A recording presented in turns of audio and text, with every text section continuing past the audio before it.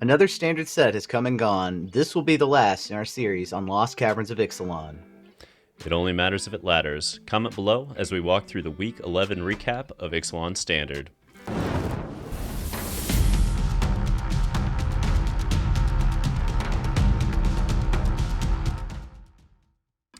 Alrighty, folks. So, in Tier 1 land, we see the three gatekeepers of the format per usual with Esper Midrange, Domain, and Mono Red Aggro. Joining them from recent obscurity is Rakdos Control, fresh off a solid showing this past weekend. And as we wind down Ixalan Standard, I think we've all seen that the three gatekeepers force most of the other archetypes to evolve and shift to counteract them week to week, but in the end, these three are staples for a reason. Oh yeah, and in Tier 2 world, we find Bant Toxic's current resting place after a strong showing merely a week ago, signifying the metagame's adjustment to its tricks. Right next to it is Golgari Aggro, the archetype that almost was all season long, occasionally finding a trophy, but mostly just consistently nailing top 8s while failing to convert any further. And last but not least, in Brewer's Corner, we'll kick off Karlov Manor Brews now that we have the full spoiler.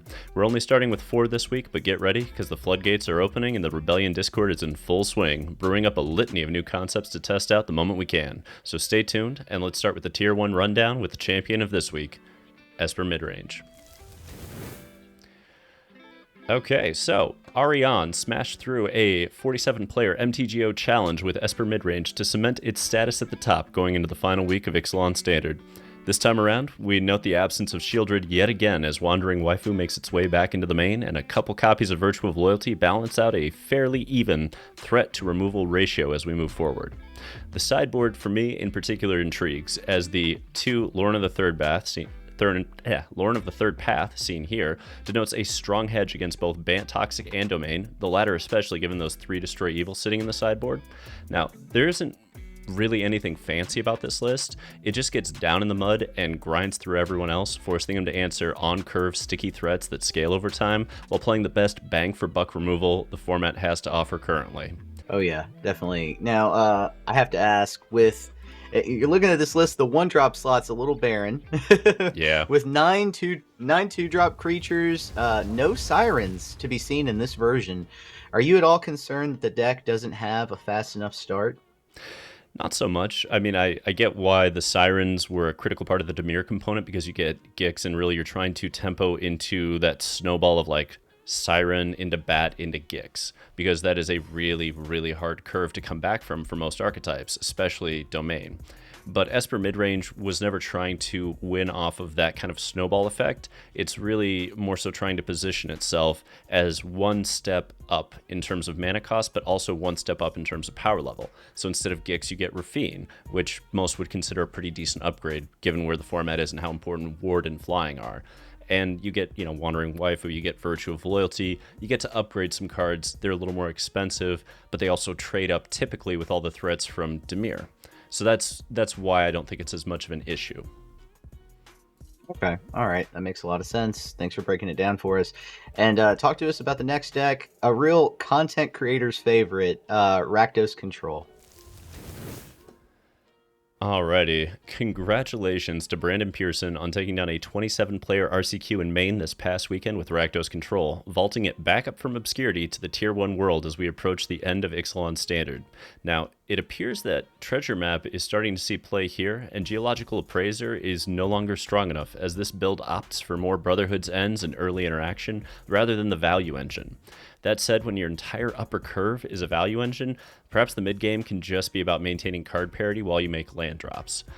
The main board, Cavern of Souls and Field of Ruin, seems a little bit greedy for a mana base that also has Brotherhood's End as a 3 of in the main, but it paid off this time around, and it secured a slot in the next regional championship, so end of the day, perhaps they found the solution to that formula.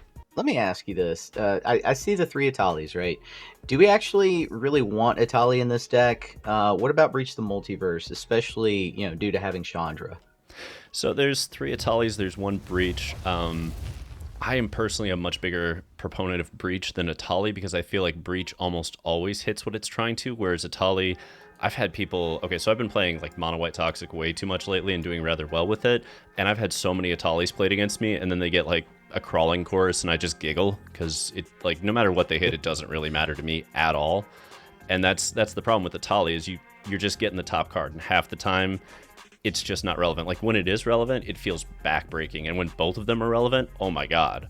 But with Breach, especially with a Chandra sitting right below it, where you can go Chandra into Breach to get the double Breach effect, if you're not worried about getting milled out, I think Breach is just the stronger play. Now, if you're worried about Jaces and getting milled out, I see why you're on Atali, because Breach plus Chandra is 20 cards off the top. That's a formula to deck yourself real fast. Oh yeah, I've done it myself. Right? But talk to us about the most consistent deck, I would say, in Tier 1, Mono Red.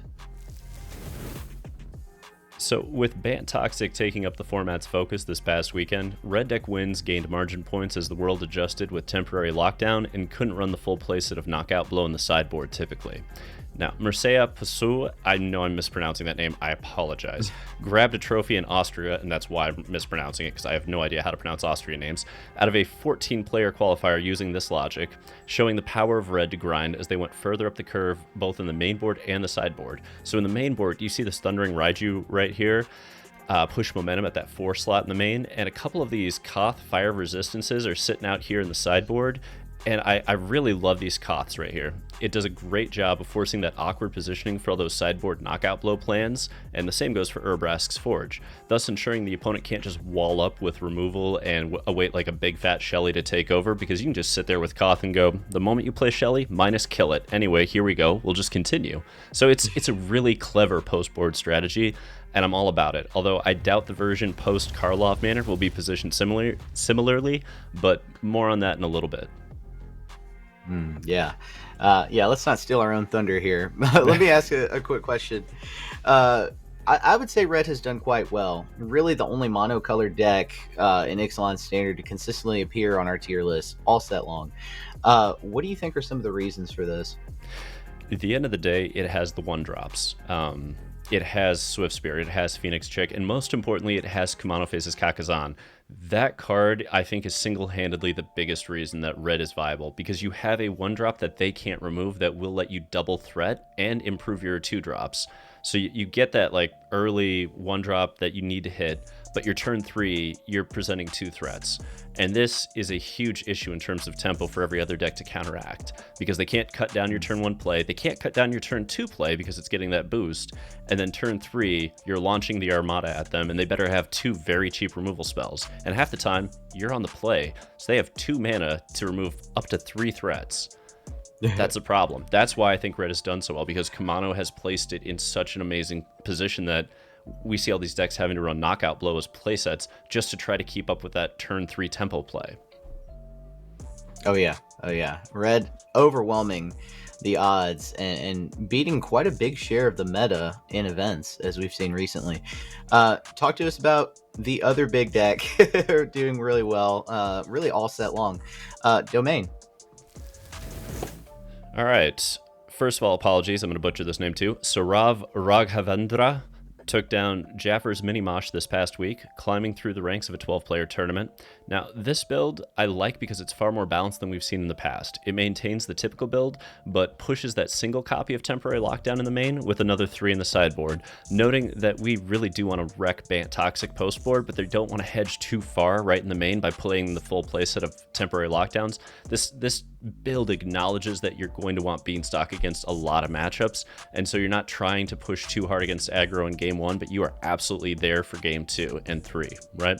Similarly, we see these Tranquil Frillbacks in the sideboard, which are also positioned extremely well against Toxic and Mono Red, not to mention the Mirror. You get a lot of scenarios in the Mirror where you get into Leyline of Binding Wars and Beanstalk Wars, and you're able to just Frillback, blow it up, keep rolling, right? So while I'd like to cut the final depopulate to push one more lockdown in the main this past weekend, especially, that clearly didn't stop Saurav from stomping through the competition and claiming their trophy.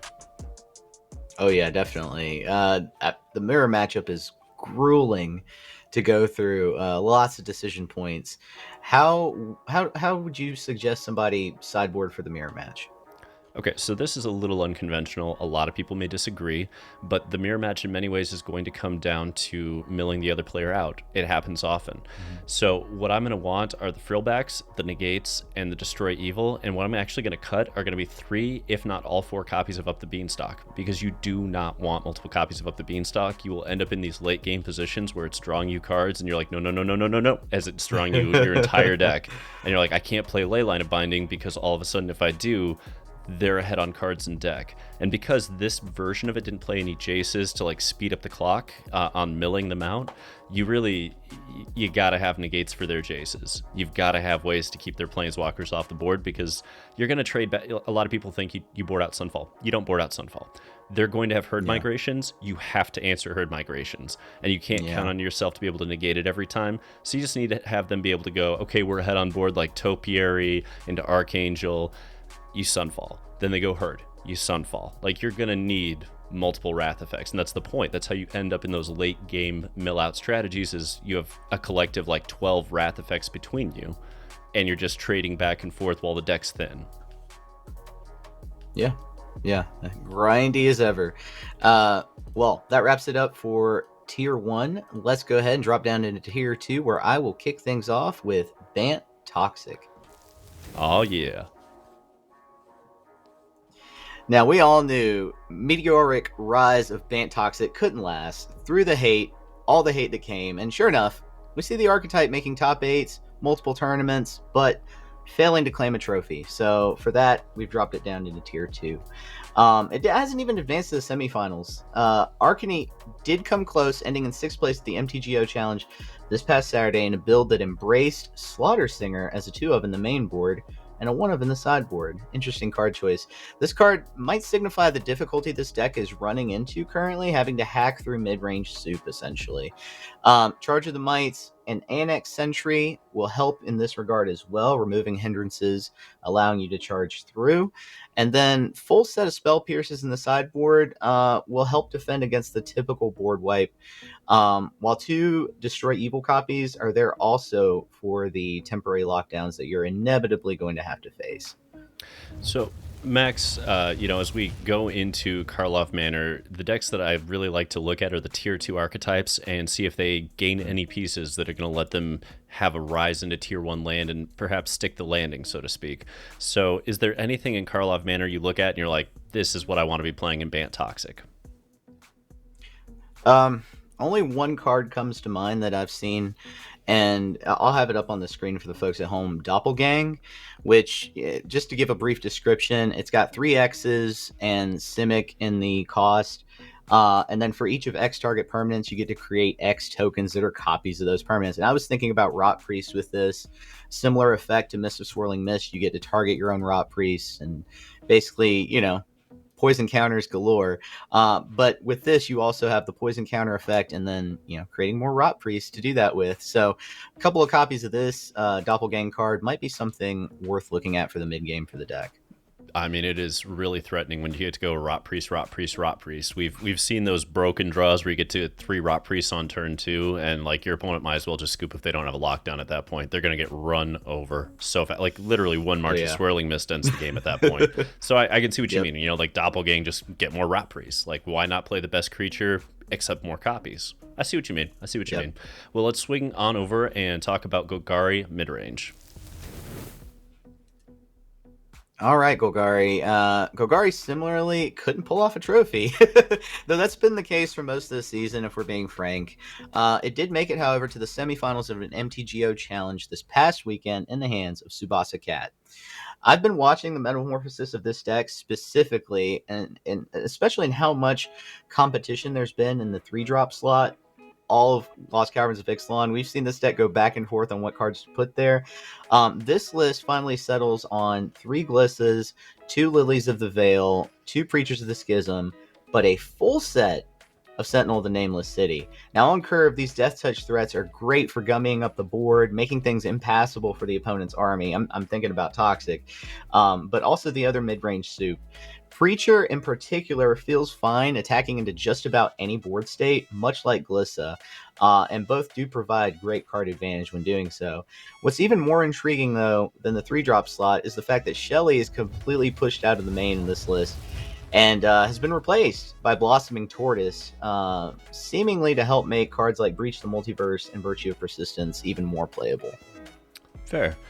Now, again, Max, we're looking at a tier 2 list that stands to gain from the new set. You look at the new set, are there any slam dunk home runs, anything that you look at and you're like, yes, Golgari wanted this card? So I have a definite answer for that, and then I have a maybe answer for a second card. The first card, Assassin's Trophy, is getting a reprint. I imagine this is especially going to hit decks with complex mana bases just a teensy bit harder than the others.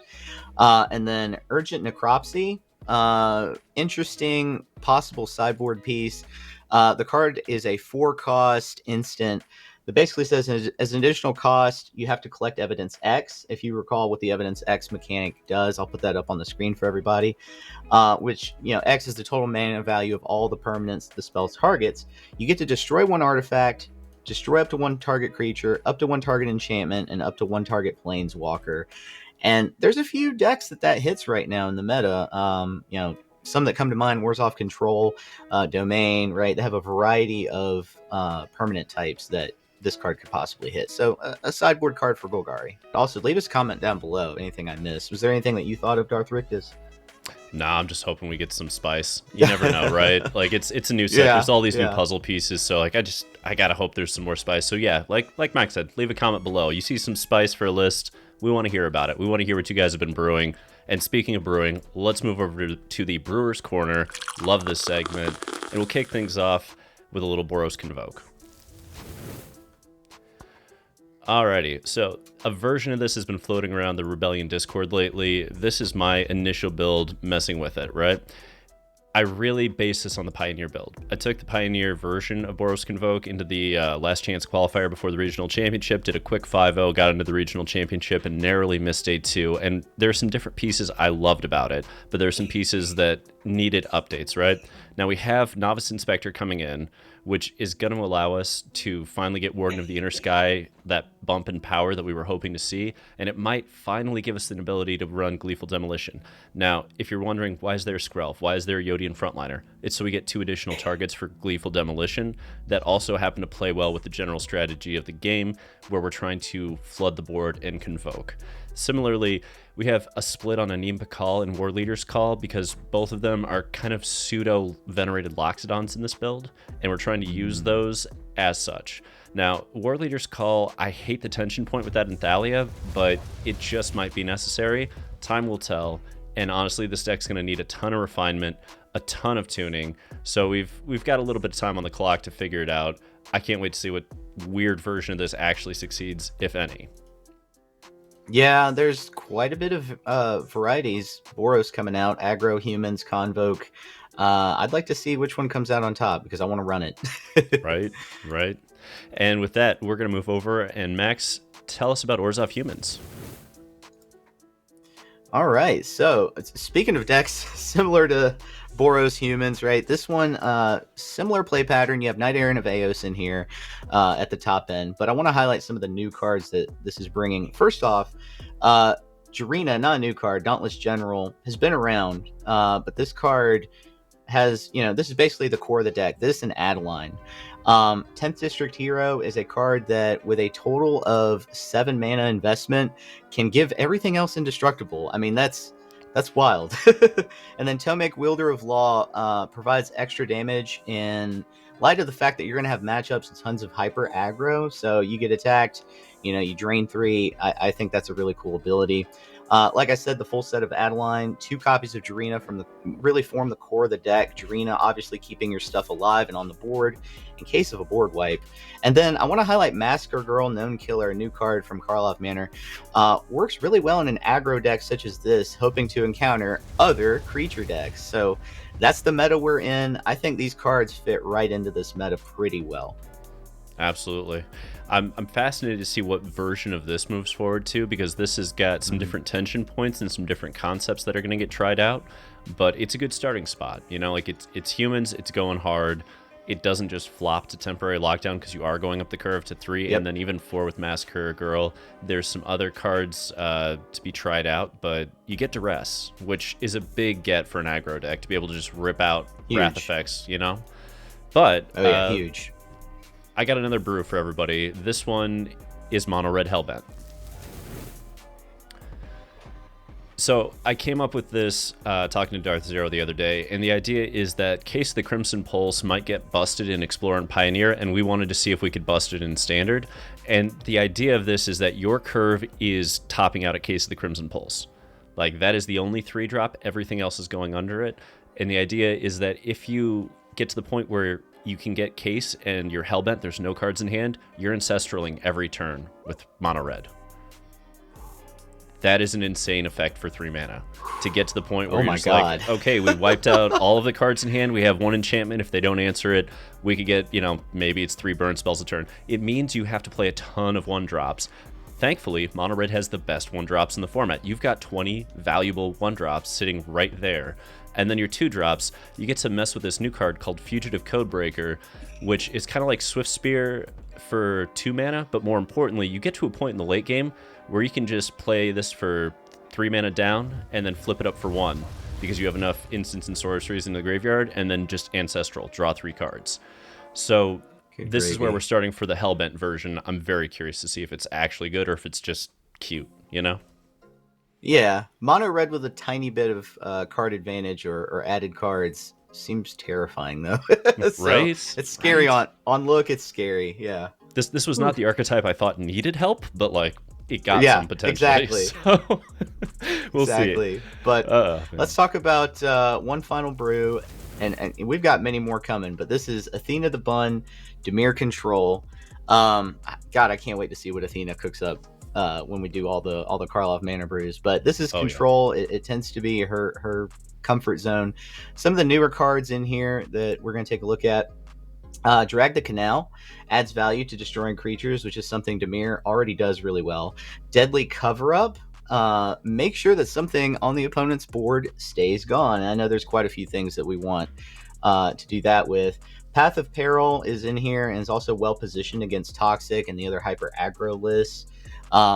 Intrude on the Mind is a new card, very good for control. Puts cards into your graveyard, first of all, for Deadly Cover-Up. Puts a body on the board with the Thopter, and also puts cards in your hand. These are all great for control, especially on the top end. We note the new land Undercity Sewers. I think there's a whole host of Surveil lands, and this is probably going to be the most used. Outrageous Robbery in the sideboard has the potential to subvert other go big strategies, which, you know, Rakdos Control and Domain are the first two, I think. So it has a little bit of something for each parts of the meta, and I like where this list is headed. I mean, I love that it's got Wrath with a Cranial, Factor Fiction with a creature. These are some weird variants that Wizards is pushing, but I'm in for it. And Outrageous Robbery just has such a high potential upside. I'm honestly curious if we're going to see that in the upper end of Domain for the Mirror at some point, because it's it's kind of a mill strategy, and it also allows you to play your you can just play their deck. I don't know. I feel like there's going to be a deck that goes absolutely bonkers with Outrageous Robbery. We just haven't figured it out yet. Yeah. But that'll bring us to our final segment, predictions for the upcoming week. Now, Max, we looked at 10 archetypes tonight. We're going into the final week of Ixalan Standard before Karlov Manor gets here. What are your predictions? Boy, we finally made it, huh? Ixalan, man. Ixalan brought an infusion of power into aggro archetypes and creature-based decks. Really gave us a lot to think about and consider when making card choices for specific slots. If I list some of the most impactful cards I saw play over and over in new decks, you're going to know exactly what I'm talking about. How many decks had Deep Cavern Bat, Sentinel of the Nameless City, Cavern of Souls, the Siren?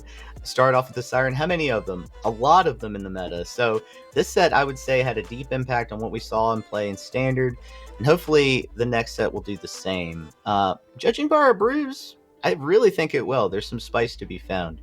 Now for predictions, as far as predictions go, I predict that based on what I've seen, first week, we're going to see hardly any new archetypes emerge from this new set. But we will see many new cards going into classic archetypes already established. The one archetype that hasn't emerged any of Ixalan, it hasn't emerged in a long time, is mono green. There are a few sleeper cards. The Axebane is one that I'm thinking of that might make green a deck. We'll see. With so much aggro in standard, it's a wonder that green hasn't emerged as any kind of dominant archetype. Keep your eye on the first week of Murders at Karlov Manor. We may see green make an entry based on what I've seen so far. How about you, Rictus? I mean, don't get me wrong. I'm just counting Domain as a green deck with all the beanstalks and herd domains. But I feel you. I feel you. It's not aggro. It's just big. It's not aggro, but it is big. That said, when we get into the final week of a format, before the next set introduces new puzzle pieces to play around with, I tend to see very little innovation and in the current meta. And going into the final week, I think we all know what we have to be. Now, Esper Midrange continues to dominate, with Domain and Mono Red pushing forward, and the trifecta of them are gatekeeping out most of the format very efficiently. That said, for those of you looking for something offbeat, I pulled off a quick 7-0 in the standard challenge metagame with Mono White Toxic, and I am undefeated in the ladder with it, going into Mythic now. I think that's 11-0 or 12-0, taking down all Tier 1 archetypes and a few of the Tier 2s. So if you want an alternative plan that's likely only good for one more week, I check that list out. It's posted on our Moxfield account under the sideboard guide folder. Now, other than that, get ready for brews. We know who the players are in this field, so we aren't just brewing in a vacuum here. I know a lot of people like to do that, where they're like, well, maybe this concept, maybe that concept. But at the end of the day, you know what you're going to see. You're going to see more Domain. You're going to see Mono Red. You're going to see Esper Midrange. Very, very much week one, it's going to be there, right? So as always, I recommend starting with the Tier 1 archetypes, asking what each of them stand to gain, and then updating those lists. So on and so forth through the Tier 2s, and then getting to the stuff that's trying to beat those out, right? From there, you should be able to sort out whether different concepts seem like they have a fighting chance at pushing back against the gatekeepers, or if they're, Tier 2 fun stuff that won't see the light of day by week 3. Regardless, happy hunting, Rebels, and get ready for a lot of fun puzzle pieces to be introduced. We're going to have a brew packed State of the Meta for Murders at Karlov Manor. You won't want to miss it. Be sure to subscribe, turn on all notifications for our premieres, typically going live Tuesdays at noon Eastern Standard Time. And you can also join below, join the rebellion, support us, and specifically at the Coffee and Grinders level, just $3 a month, you can have access to our living sideboard guides document. And until next time, Rebels, untap, upkeep, resist. Resist.